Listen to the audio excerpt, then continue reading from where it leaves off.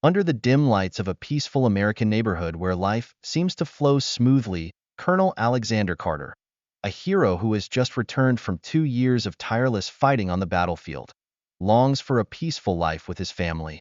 But everything falls apart in the blink of an eye when he is stopped by police officer Jim Hormozy without reason and maliciously. A moment of injustice, a look of suspicion, and the anger that burns within Marcus and the witnesses at the scene spreads, igniting the rage of the entire community, turning him into a symbol of the fight against injustice and racism. This is not only the story of a soldier returning home, but also a wake-up call about justice, reason, and responsibility that each person must bear. How will the resilient general and the cold-hearted police officer confront each other in this tense battle? Watch until the end to feel it all. Colonel Alexander Carter's body was tired, but his mind was still buzzing with thoughts about returning home. He spent more than 2 years commanding military campaigns abroad, where he faced not only a test of his strategy but also of his endurance. As a leader, today he felt like he was relieved of the burden of the world in just a moment. The familiar image of his homeland was like a lamp that soothed his soul. It was late at night. The sun had long since set, leaving the sky dyed dark blue, with only the soft light from the street lamps shining. The small town where he had lived for many years, a place Alexander had always loved. This place does not have the noise and bustle of a big city, but is a peaceful, modest place, like a quiet picture. Well-maintained tree-lined streets, beautiful little houses, and sometimes children's bicycles left on the side of the road.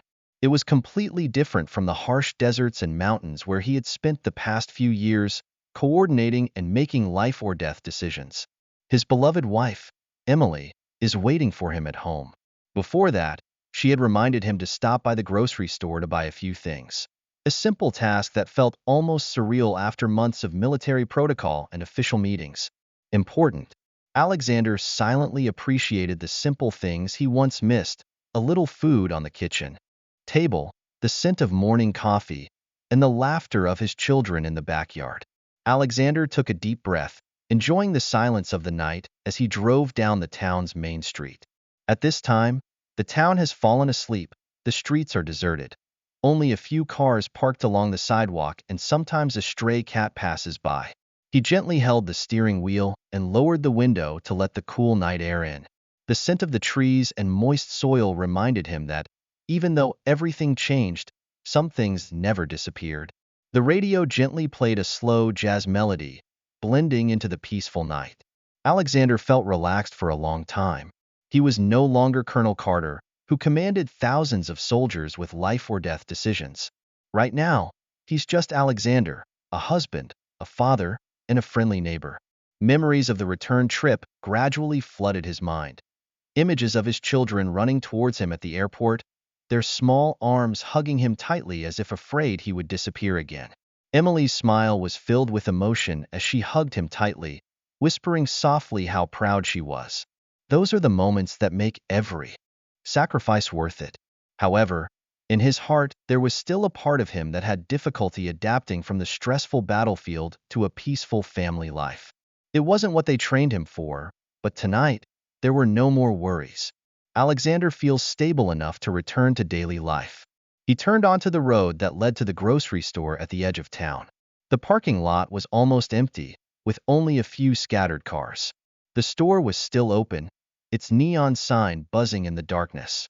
He parked his car near the entrance and took a moment to enjoy the quiet moment before getting out of the car. As he walked to the entrance, the door automatically slid open, bright light from the grocery store shining on him. Alexander grabbed a cart and started walking through the aisles. His disciplinary instincts resurfaced even in this place. Milk, bread, eggs, fresh fruit. He moved quickly and efficiently, thinking how simple this was compared to managing the supply chain for an entire battalion. When he arrived at the cashier counter, he saw a young man, probably only about 19 years old, smiling and greeting him. "Hello, sir. Wishing you a very peaceful evening."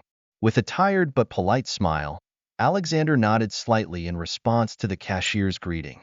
He silently thanked him for this simple moment, a gentle reminder that he was home.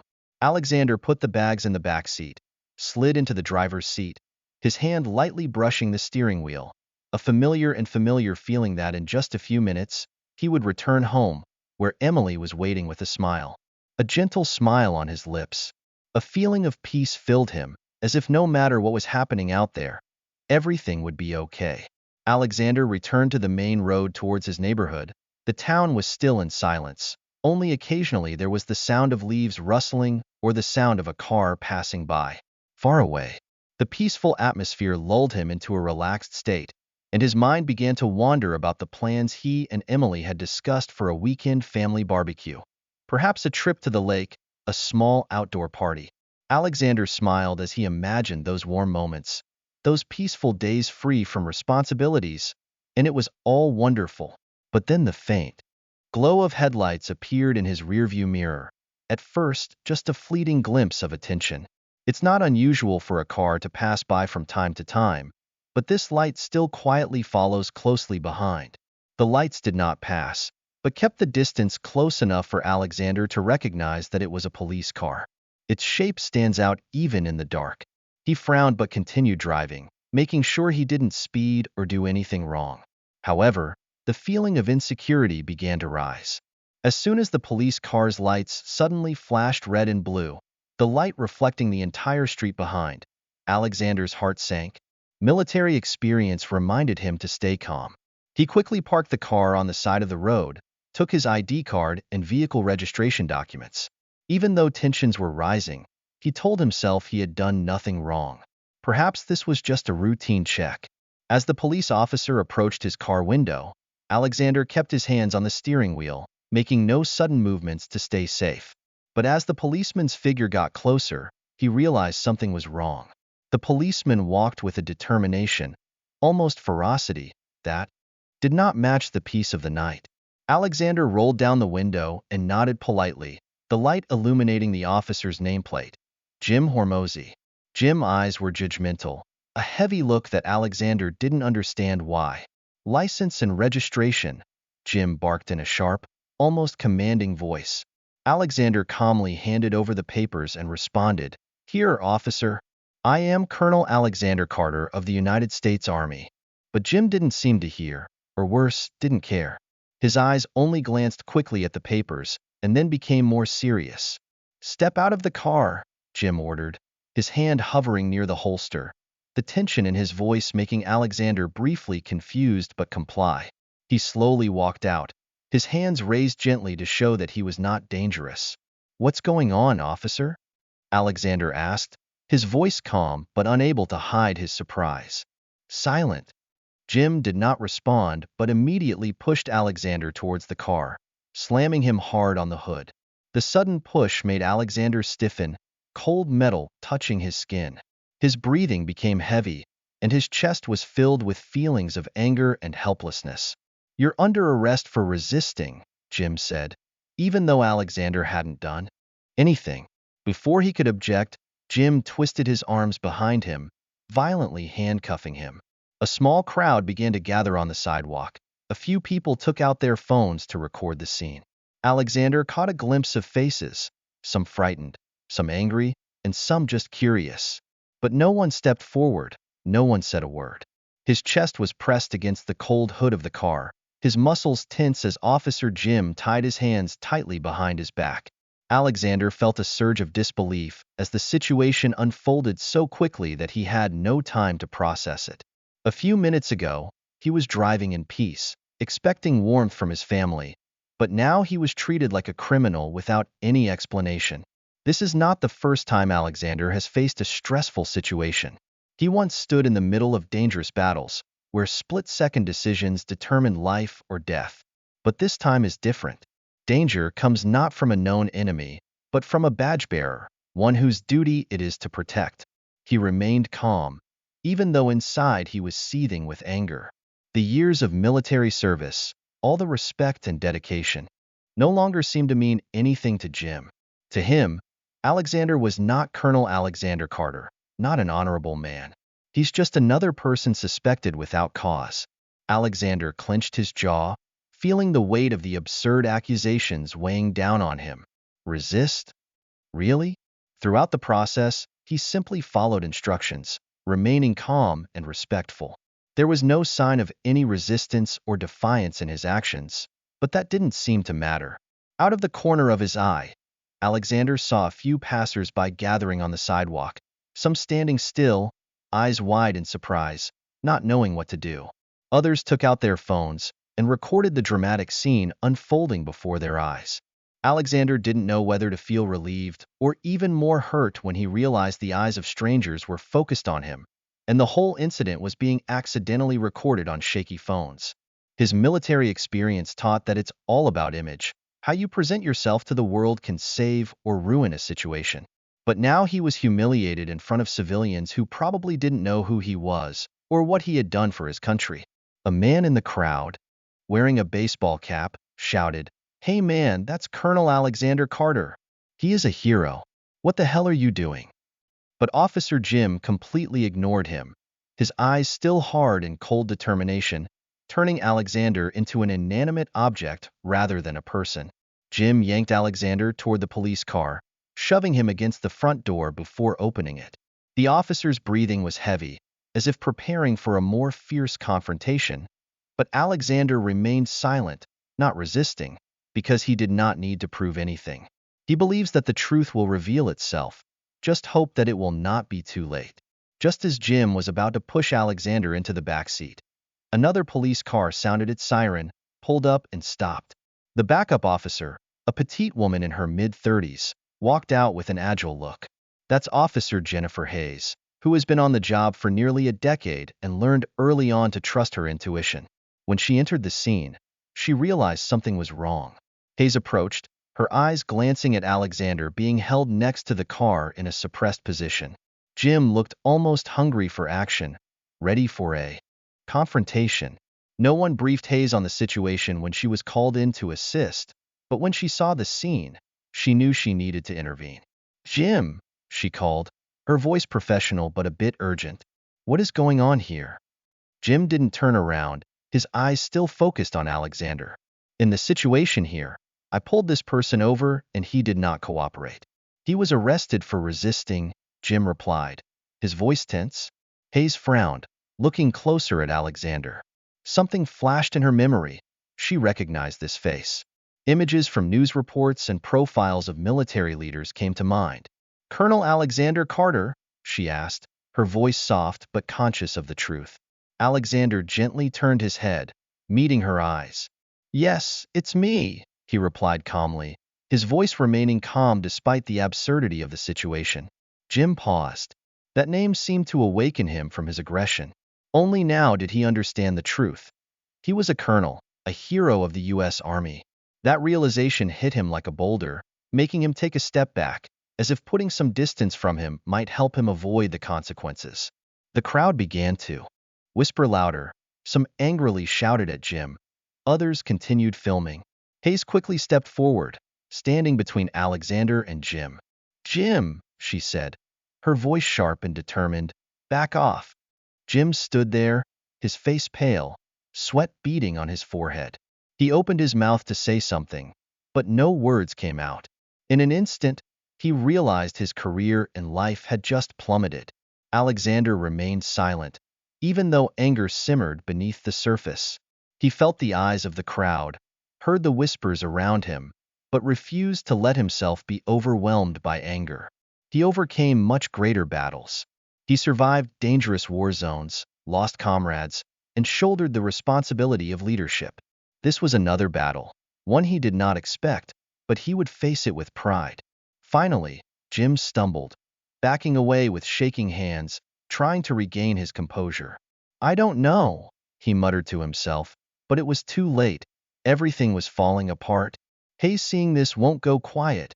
The video will go viral." She turned to Alexander, her eyes full of sympathy and responsibility.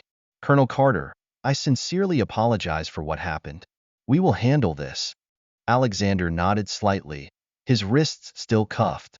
"This isn't the first time I've been treated like this," he said softly, rather than to himself. She heard it, and the weight of those words was like a blow. In that silence, Alexander Carter stood firm and steadfast while the world around him descended into chaos, a symbol of resilience in the face of injustice. Alexander is not a man who was just assaulted by police because of the color of his skin. He is a leader who has faced far greater difficulties, and his steadfastness shows in the way he stands firm in the face of this situation. But even with that calm appearance, it cannot be denied that inside Alexander there is still a smoldering hurt and disappointment. He thought not only of himself but also of the thousands of others who had gone through similar experiences, some of whom had faced much worse outcomes. Officer Hayes walked closer, his face showing seriousness and concern. She quickly requested emergency assistance from Sergeant Daniels to reassess the situation, but she knew that would not be enough if the escalation could not be controlled. Hayes approached Alexander, and with deft hands, she removed the handcuffs from his wrists.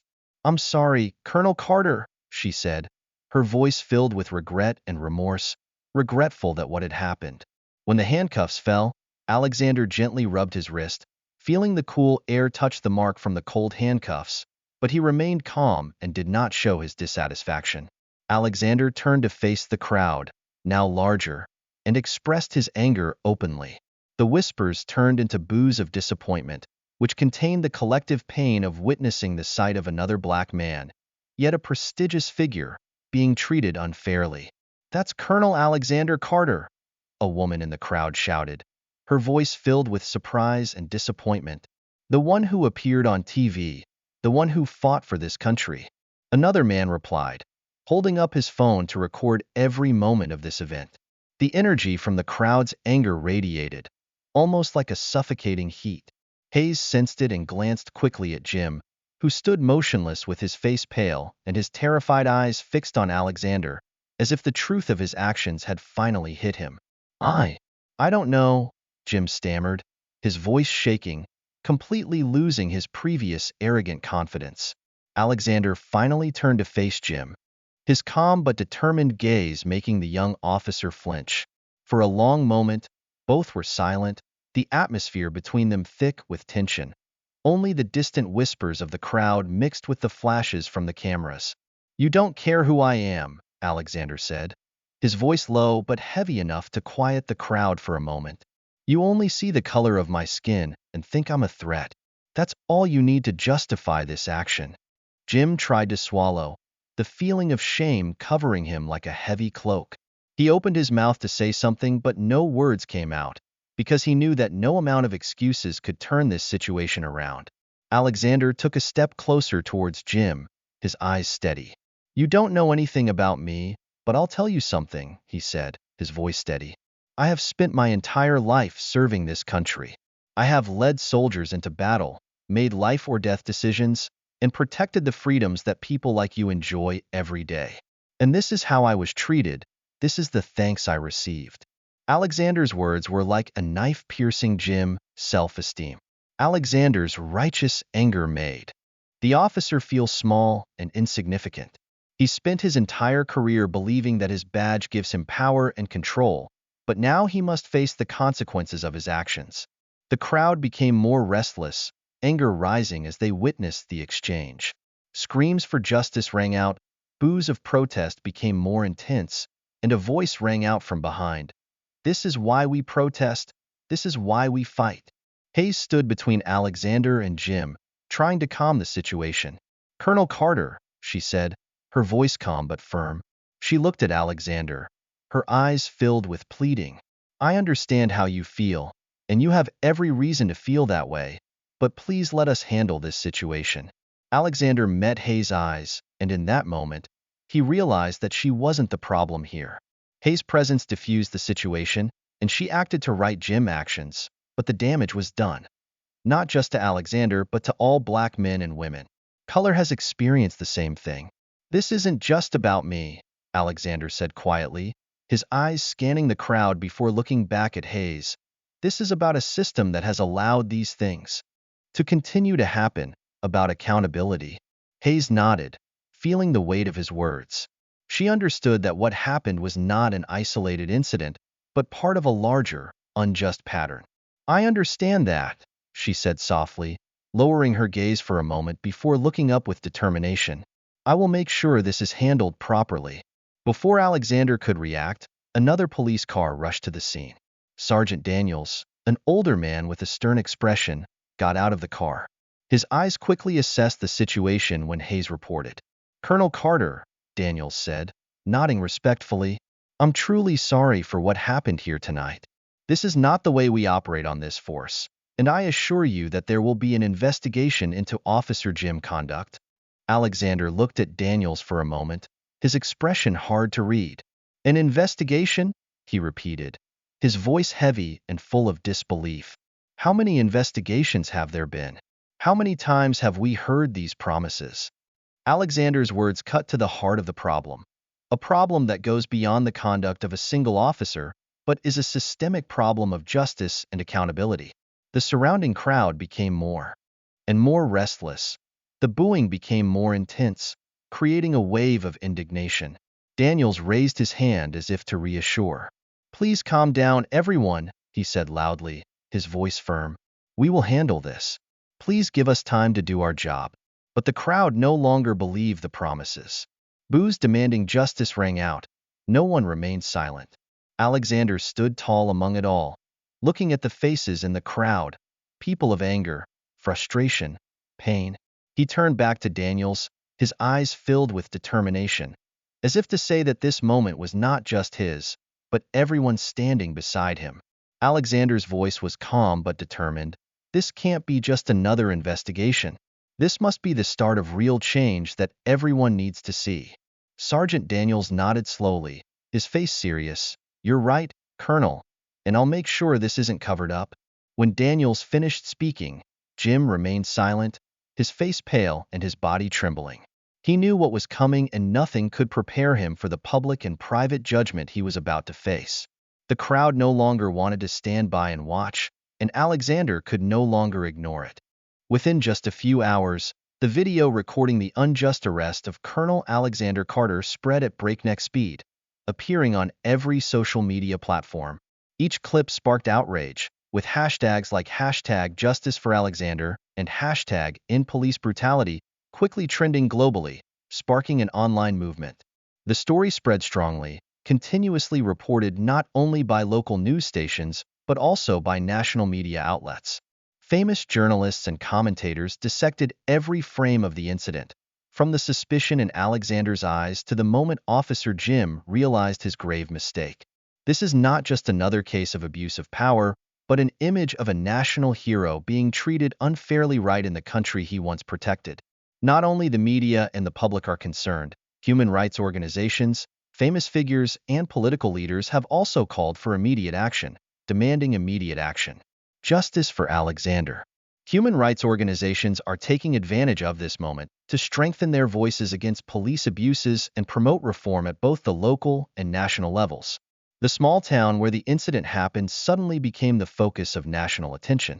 Reporters flocked to the police station, trying to get information from the officers and anyone else involved. But amid all the noise and demands for justice, one voice remained absent: Alexander Carter. After being released, he chose to return to his family, seeking comfort in the arms of his wife and children. Even though he had escaped from detention, the burden of the incident still weighed heavily on his shoulders, an undeniable feeling, a weight that he had never felt, even in the most dangerous military campaigns. That night, when entering the house, Cynthia, his wife, greeted him with worried and scared eyes. She hugged Alexander tightly as if wanting to protect him from outside harm. "I saw the video," she whispered in his arms, her voice shaking. "I can't believe it. I don't believe they could do that to you." Alexander hugged her tightly, patting her back gently while trying to stay calm, even though he didn't know who he was comforting more. "It's okay," he whispered, even though he knew that wasn't the case. But right now, he just wants to be with his family, away from the chaos and prying eyes out there. Their two children, James and Maya, were glued to their phones, their faces showing anger and confusion as they watched viral videos of their father's incident. James, the oldest, was only 16 years old, his eyes filled with anger. How could they do that to Dad? Dad is a colonel, don't they know who he is? Alexander sighed, sat down and put his hand on his son's shoulder. "That doesn't matter, son. The problem is, with people like that officer, Dad could be anyone. and he's at fault just because of his appearance. Maya, his 14-year-old daughter, sat next to him, her eyes filled with tears, but they did not fall. "But Dad didn't do anything wrong," she said, her voice soft. "So why does this keep happening?" Alexander did not know how to answer, because he himself did not have an easy answer. He fought in fierce wars, leading soldiers through the darkest times. But the fight against injustice in his homeland was heavier, because it was not just about him. You know, this is about thousands of other people of color who have experienced harassment, abuse of power, or worse. Cynthia sat next to him, holding Alexander's hand tightly. "Alexander, everyone needs to hear your voice," she said softly. "The whole world is watching. They need to hear the truth from you." Alexander nodded slowly, knowing that his wife was right.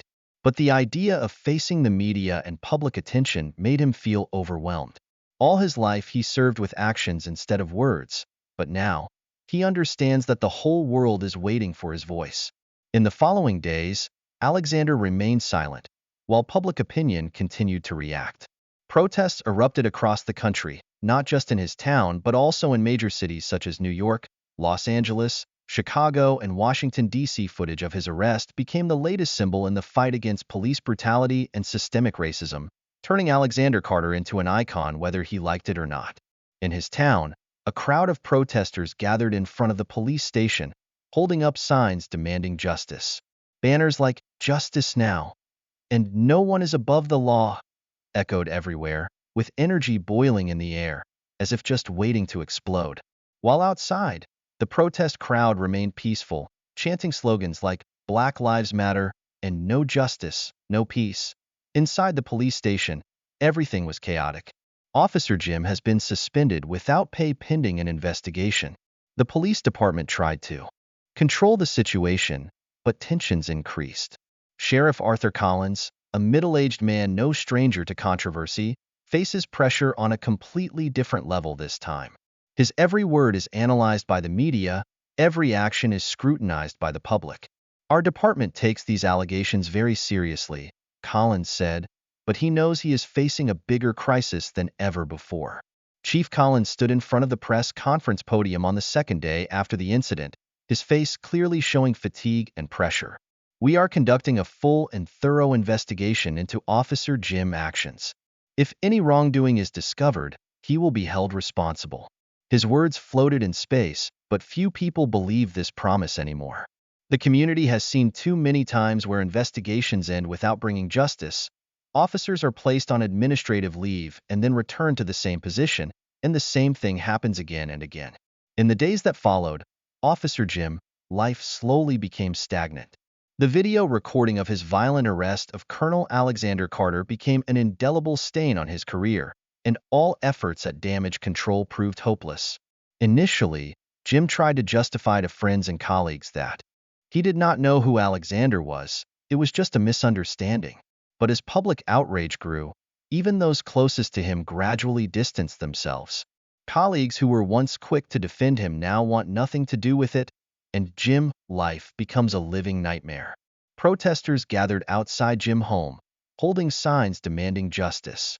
His family could not avoid scrutiny and heavy pressure, when from a powerful police officer, he became a vilified and shunned person. Jim almost locked himself in his house, closing the curtains to avoid people's eyes, spending all day watching news about the protests, about the public outrage and the constant condemnation pouring in on him. He realized that his career was over, but more than that, he was facing his mistakes not only on a professional level but also on a moral level. Jim once considered himself a good person, an officer who always protected and served the community. But now, through the reaction of the whole world, he understands that he is part of the problem. The badge he wore was once a symbol of power, but had now become an unbearable burden.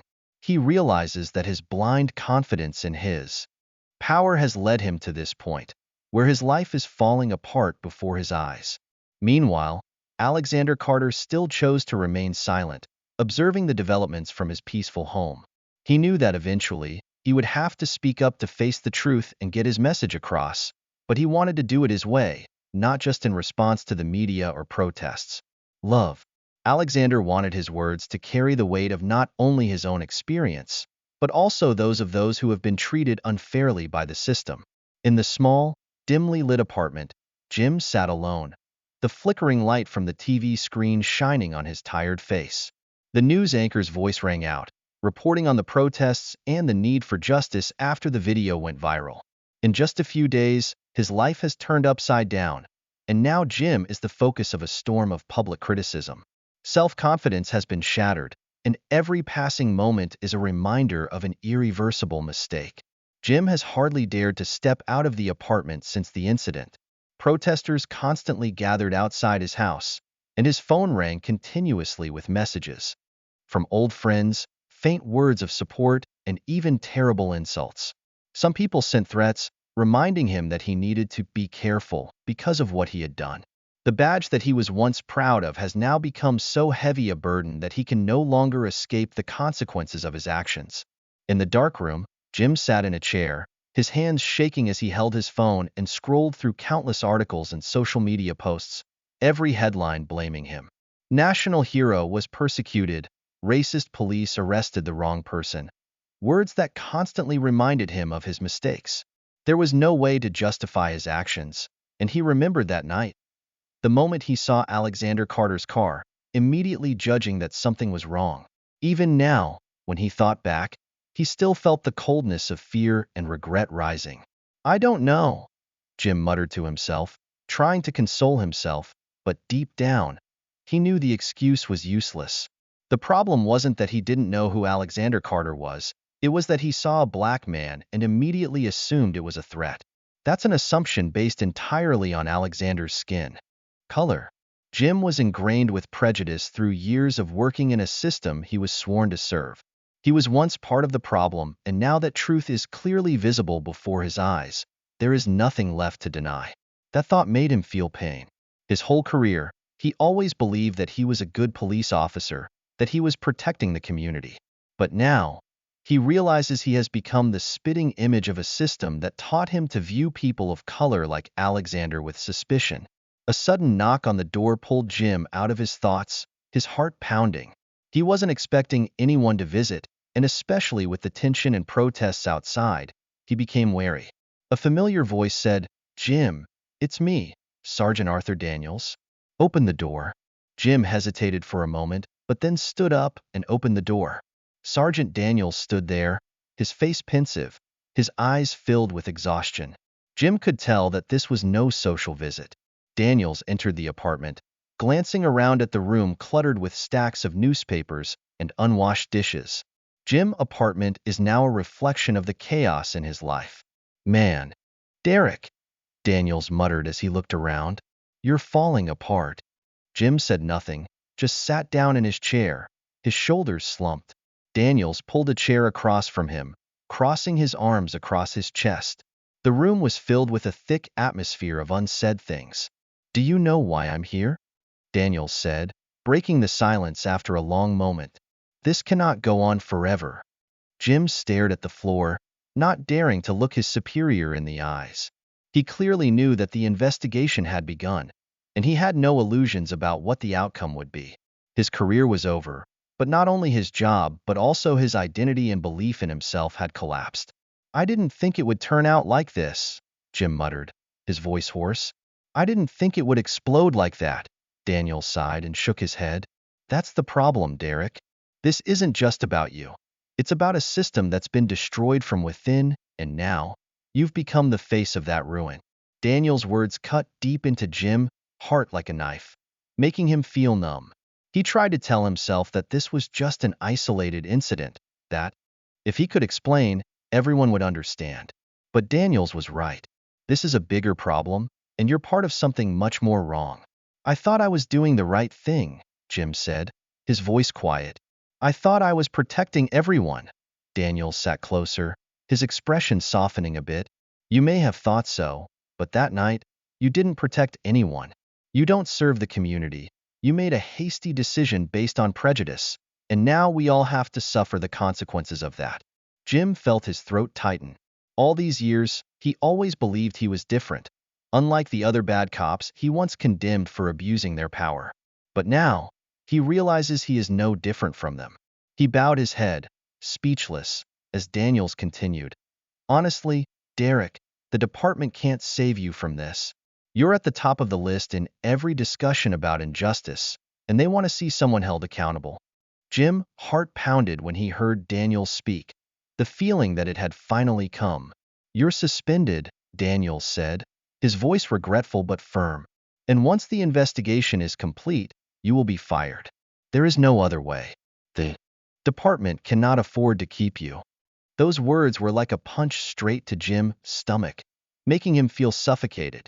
He had known this would happen, but hearing it said out loud made it impossible for him to deny the fact that his life's career, his identity, was gone. Daniel stood up and looked at Jim for a long moment. I know this is hard to hear, but it's the truth. If you want advice, look at yourself closely and ask yourself how you got here. This was not just a temporary mistake, but the result of everything leading up to that night. Jim nodded bewilderedly, feeling empty, as if all his belief in himself had been stripped away, leaving only the cold, hard truth. He had failed as a police officer, failed as a human being, and now he had to live with that. Daniels walked towards the door, but before leaving, he stopped, turning back to look at Jim one last time. I know you were wrong, but it's not too late to fix it. The whole world is watching. You can do better, or let this define you forever. With those words, Daniels left Jim alone. In the apartment, the silence weighing on him like a burden. Jim sat silently in his chair, his hands shaking as he remembered that moment when he decided to stop Alexander the way he did. The image of Alexander's incredulous eyes as he was pressed down from the car appeared in his mind like an endless loop. This was the first time he allowed himself to fully admit the truth, that he was wrong, with no excuses, no reason.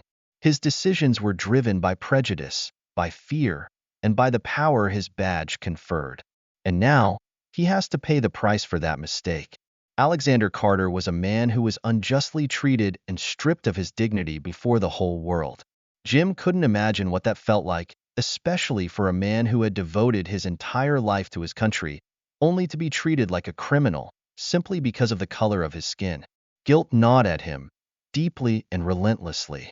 He ruined his own life, yes, but he also hurt Alexander, his family, the community. The worst part is that this mistake cannot be righted. No apology can make things right. But Daniels' words still echoed in Jim's head. He had a choice. You can let this mistake define you forever, or you can try to do something about it. Jim didn't know where to start, but now he understood that he couldn't hide anymore. All his life, he had believed that he was a protector, a man of honor, but now he had to face the fact that he had failed. Maybe, just maybe, it's not too late to change. With a heavy sigh, Jim stood up and walked to the window. The protesters' chants echoed from afar, the sound of calls for justice and accountability. He listened for a long moment, letting those words sink into his heart. This isn't about you. It's about a broken system that you've contributed to. For the first time in his life, Jim truly understood those voices, understood that they were fighting for something that he himself had not realized for a long time. Jim had been dreading this encounter for days, his mind filled with scenarios of how it would play out, each scenario worse than the last. Part of him wanted to turn back, avoid facing the man whose life had gone astray, but he knew there was no way to hide anymore. The meeting was arranged at the local police station, in a small room isolated from the noise of reporters and protesters outside. Jim arrived early, his palms sweaty and his heart racing. He mentally rehearsed what he was going to say, but when he sat in the empty room, all the words seemed to disappear. The door suddenly opened, and Alexander Carter walked in, his presence seemingly filling every corner of the room. He did not need a uniform or medal to command respect. His dignity was enough. Jim stood up, feeling like the air was being sucked out of him. Alexander's expression was unpredictable. His eyes were calm but sharp, as if they could see through his soul. Alexander did not speak at once, and the silence lingered between them, heavy and meaningful. Jim wanted to say something, anything, to break the oppressive silence, but no words dared to come out. Finally, Alexander gestured to the chair across from him, and Jim understood and sat down, feeling like a child being called to the principal's office. His hands rested on his thighs, trying to stay calm while Alexander stood there, watching him without judgment, but with a still, terrifying intensity. Then Alexander slowly sat down, his hands resting on the table between them. "I asked to see you," Alexander began, his voice calm but heavy, "because there are things that need to be said, and I think you need to hear them." Jim nodded quickly, his mouth dry, unable to find his voice. He wasn't sure if it was fear or respect, or both. "I've thought a lot about that night," Alexander continued, his eyes never leaving Jim. "Things escalated so quickly that I didn't have a chance to explain. He saw me, and immediately made a judgment before I could say a word." Jim felt guilt twist inside him, his previously prepared apologies now meaningless under the weight of what Alexander said. "You don't know who I am." Alexander leaned forward, his voice calm but determined. "And that's the problem. I shouldn't have to be anyone. Whoever I am, whether I'm a father, an ordinary citizen, it doesn't matter. All you saw was a person of color, and that was enough for you to judge me as a threat." The truth in Alexander's words was like a blow to Jim's self-esteem. He knew that, had said it to himself countless times, but hearing Alexander say it made the truth undeniable. "I didn't mean to," Jim stammered, his voice weak and shaky. "I made a mistake." Alexander slightly raised his eyebrows, his expression still calm but his eyes sharp. "Mistake?" he said, as if challenging. "A mistake is when you forget your keys or get the date wrong. What happened that night wasn't just a mistake. It was a choice. A choice born of fear and prejudice." Alexander's words were as heavy as lead, choking Jim. "I don't know what that feels like," Alexander continued, his voice growing more intense. "Living with the feeling that no matter how hard I try, how much I contribute, there will still be people who see me as a threat just because of the color of my skin." Jim felt a lump in his throat. He never thought about what it would be like to live with that burden, always having to be wary of judgmental eyes from people like him. "I have served this country all my life," Alexander said, his voice filled with both pride and pain. "I led soldiers into battle, making decisions that affected thousands of lives." But in that moment, all of that meant nothing to him. You don't see a man who died for his country. You just see a black man, and that's enough for you to justify your actions. The words cut Jim, heart like a knife. Sitting across from Alexander, he realized that he had never fully understood the severity of what he had done. Alexander Carter understood that this was more than just a bad night. It was about his whole life, the experiences he had to go through, the things that Jim had so carelessly ignored. "I'm sorry," Jim finally whispered, his voice choked. "I know it doesn't change anything, but I'm sorry." Alexander's expression softened a bit, but his eyes remained serious. "An apology is a start," he replied, his voice low but clear, "but it's not enough. It's never enough, because this isn't just about you and me, Officer Jim. This is about a system that has allowed these things to happen over and over again. This is about every man and woman of color who was treated like a criminal before they had a chance to prove otherwise." Jim bowed his head. His apology was sincere, but he understood that Alexander was right. This went beyond an apology. It was bigger than an individual, and as much as he wanted to believe he could redeem himself, he knew that a single act of contrition would never undo the injustices that had led to this moment. "I didn't realize," Jim muttered, his voice barely audible. "I didn't know this was so ingrained." Alexander nodded, his eyes still fixed on Jim. "That's the problem, right?" he replied. "Too many people don't see it, or they choose not to see it. They live in the comfort of the illusion that the system is working well for everyone, when the reality is that people like me must always be vigilant, always aware that at any moment we could be caught out, considered a threat, just for the sake of my existence." Alexander's words weighed heavily in the air, leaving both men silent in painful recognition. Jim felt ashamed, not only for what he had done but also for the years he had been blind to reality. "I want to do better," Jim said, his voice filled with emotion. "I don't know what to do, but I want to do better." Alexander looked at him in silence, then slowly nodded. "It's a start," he said, "but wanting to do better is not enough. You must take action. You must acknowledge your role in this system and commit to change. This is not something that happens overnight, but is a lifelong commitment. Jim nodded, clearly aware that he was facing a long and difficult journey that could not be fixed with an apology or a simple act of contrition. A quiet understanding spread between them, no longer oppressive tension but a shared acknowledgement of the gravity of what had happened. Jim knows he has a long way to go before he can truly redeem himself, but this is the first step. When they both stood up, Alexander just nodded at him. A nod not of forgiveness but of understanding. Let this moment be a lesson, don't let it pass in vain, Alexander said as he walked out of the room, leaving Jim standing in silence, with the weight of what was to come. Jim watched the door gently close behind Alexander, his heart heavy with the knowledge that this was only the beginning. He made a serious mistake and will have to live with it for the rest of his life. But for the first time, he understood clearly what he needed to do. The crowd outside the community center was larger than anyone could have imagined. What started as a small group has now turned into a powerful movement. People of all classes and races held up signs reading "Justice for All" and "No More Silence." The air was seething, filled with a mixture of hope and anger, of grief and the desire for change.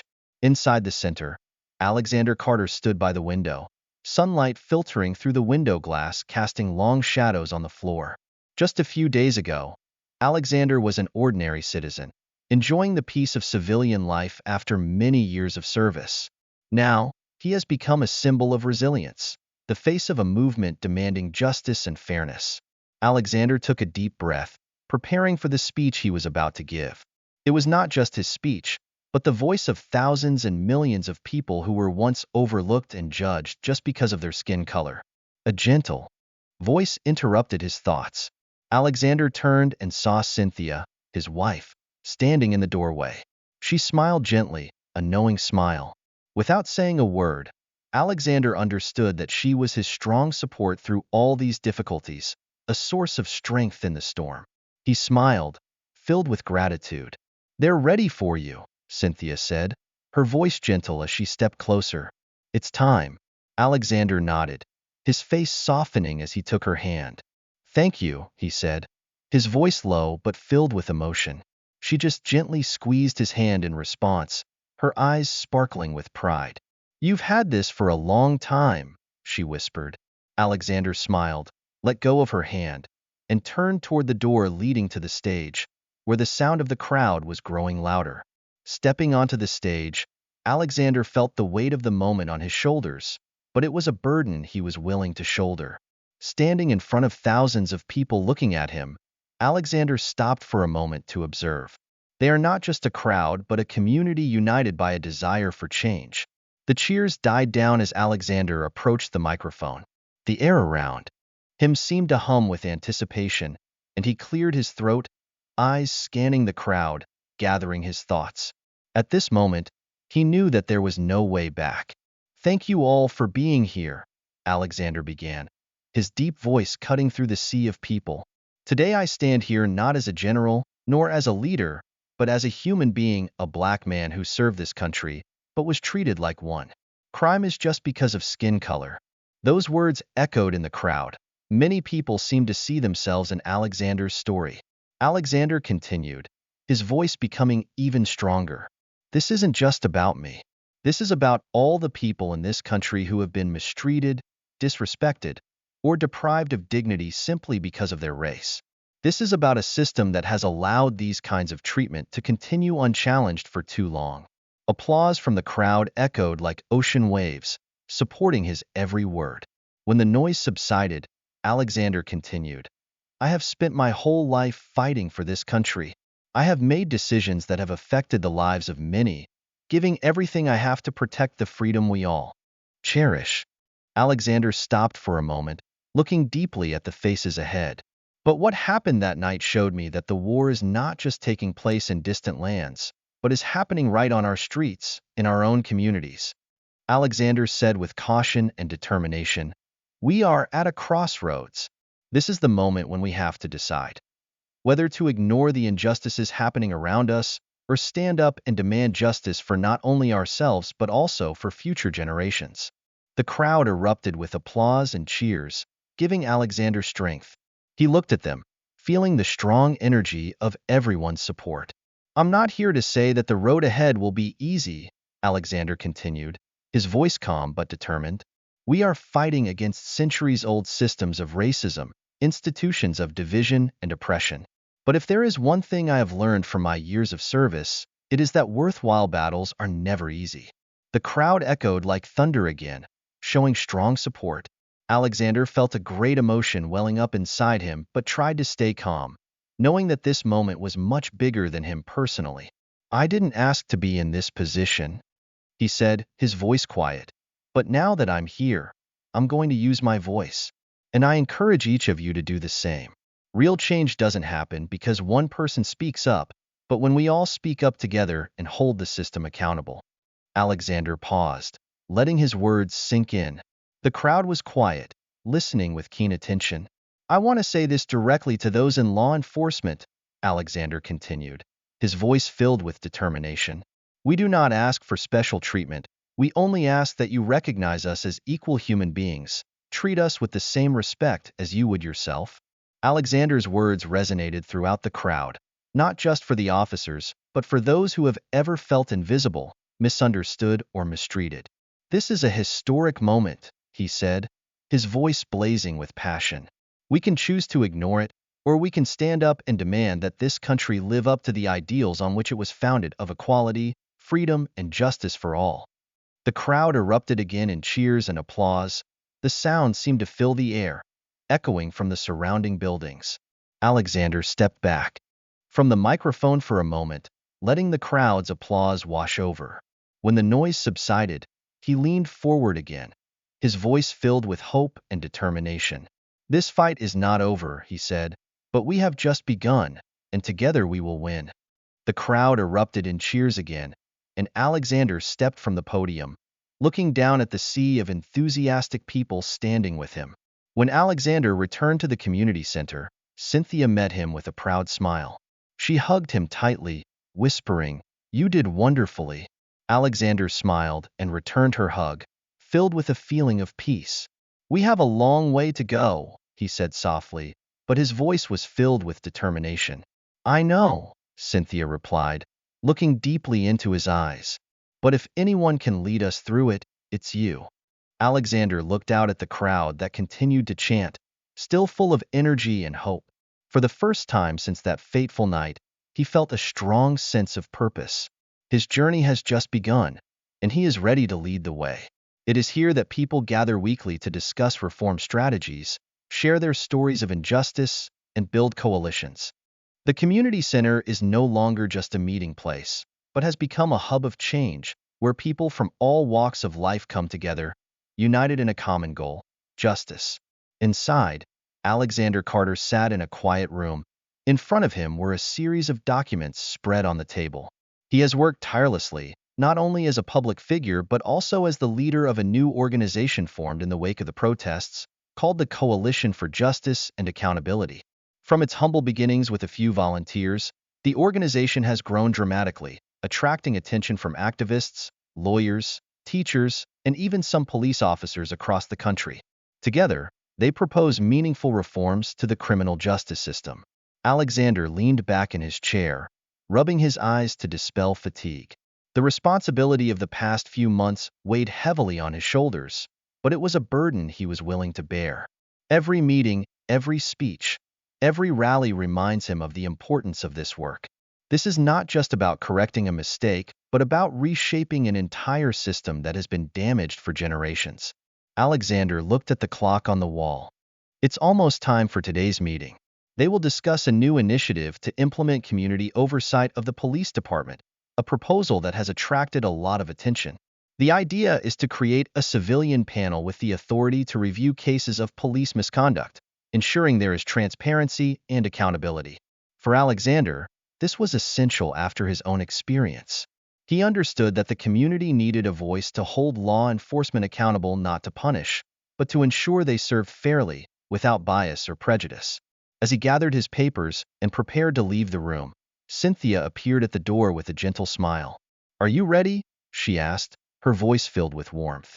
Alexander nodded, returning that smile. I'm ready like never before, he said, his eyes filled with determination. Cynthia stepped closer, her eyes filled with pride. You've accomplished a lot, Alexander. People feel the change that is happening. Alexander sighed, looking at her with loving eyes. It's not just yours, it's all of ours, he replied. Cynthia held his hand and squeezed gently. You inspired people. You showed them that they can stand up and make a change. They walked out of the small room together, entering the hall where dozens of people had gathered. The room was filled with chatter, a mix of familiar and new faces, from activists to community leaders. In the foreground, a large banner hangs on the wall with the words responsibility, justice, and reform. Together we build a better future. When Alexander walked up, he was greeted with nods and warm handshakes from everyone. He became an icon in this movement, not because of his career or status, but because of his humility and commitment to the cause. As everyone took their seats, Alexander approached the podium. The room became silent, all eyes focused on him with expectation and hope. Thank you all for being here today, Alexander began, his voice calm but strong. We have come a long way, but the work is still there. What we are fighting for is not just reform but transformation. We demand a justice system that works for everyone, not just a few. The crowd responded with strong applause, enthusiasm filling the air. We have seen progress, Alexander continued.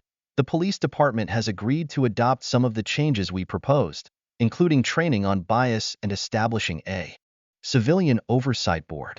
It's an important step forward, but not the final stop. He looked around the room, making eye contact with each person, to ensure that these changes were made and maintained. The crowd murmured in agreement. Alexander could feel the determination radiating from those faces. These are people who have been fighting for justice for a long time, and they are willing to continue on this path no matter how difficult it is. We need to make sure that these changes don't just happen here, but spread across the country, Alexander said, his voice rising with urgency. Everyone deserves justice and respect. A wave of applause spread through the crowd, but Alexander wasn't finished speaking yet. I talked to leaders in other cities. They are watching us, eager to follow through on what we have started. We have the opportunity to set an example for the entire nation. Alexander stopped, looking deeply into the crowd with strong conviction. This is not just about policy or initiative, but about radically changing how people see justice, how communities and law enforcement work together, and how this country sees itself. Alexander continued, his voice quiet with seriousness. There is someone here today whom I want to recognize, someone who has had the courage to face himself and commit to being part of the solution. The room fell silent as Alexander pointed back, where Jim Hormozy stood with a stern expression. Tension hung in the air. Everyone's eyes turned to Jim. Officer Jim made a serious mistake, but he is here today not because he was forced to, but because he wanted to be a part of change, Alexander said. The atmosphere was tense, but respectful as Alexander continued. This movement is not just about responsibility, but also about redemption. It shows that change can happen, even for those who have made mistakes. Jim nodded, his expression still thoughtful but determined. He resigned from the police force and is determined to make a positive contribution to this community. He knows that the road to redemption is not easy, but is willing to face it. I believe in accountability, Alexander said, his voice steady. But I also believe in forgiveness. If we want to move forward, we need space for both. His words settled in the room, before the crowd applauded, a profound acknowledgement of the importance of the balance between justice and the potential for change. As the applause subsided, Alexander looked out at the crowd, seeing the light of hope in their eyes. Although the war was not over and there was still much work to be done, he knew that they had made real progress.